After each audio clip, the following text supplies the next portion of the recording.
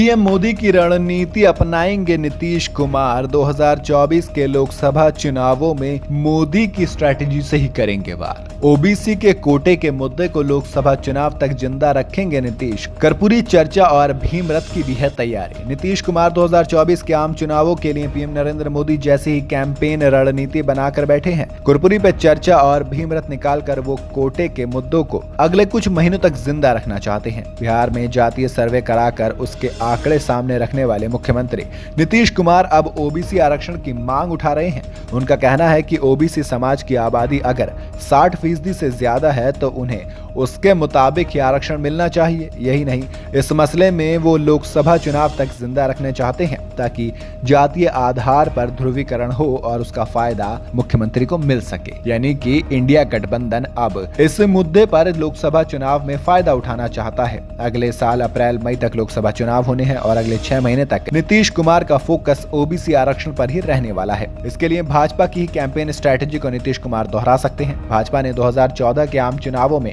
चाय पे चर्चा के नाम से कैंपेन शुरू किया था और जगह जगह चाय पर लोगों को बिठाकर बातचीत की थी। अब नीतीश कुमार इसी तर्ज पर कर्पूरी चर्चा शुरू करने वाले हैं। इसके तहत वो 7 टीमें बनाने वाले हैं जो पूरे प्रदेश में जाएंगी।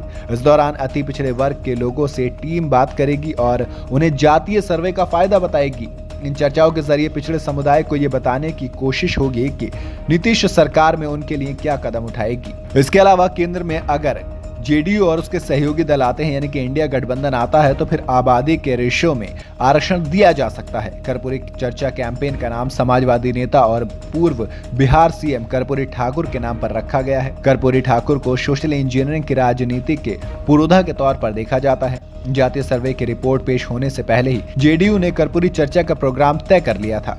पार्टी नेताओं का कहना है कि अब तक राज्य की 63 विधानसभा सीटों पर ऐसी चर्चा का आयोजन हो चुका है। एक नेता ने कहा कि हम जनवरी तक सभी 243 सीटों पर पहुंचने वाले हैं। यही नहीं, अगले साल 24 जनवरी को पटना में एक बड़ा आयोजन भी होगा। ये कार्यक्रम कर्पूरी ठाकुर की जयंती पर होगा। कर्पूरी चर्चा से जुड़े आयोजनों में जेडीयू ने उनके बेटे रामनाथ ठाकुर को लगाया है। यानी कि आप ये देखिए, नीतीश कुमार अब लगभग उसी तर्ज पर काम कर रहे हैं जिस तर्ज पर प्रधानमंत्री नरेंद्र मोदी ने 2014 में अपना कैंपेन शुरू किया था।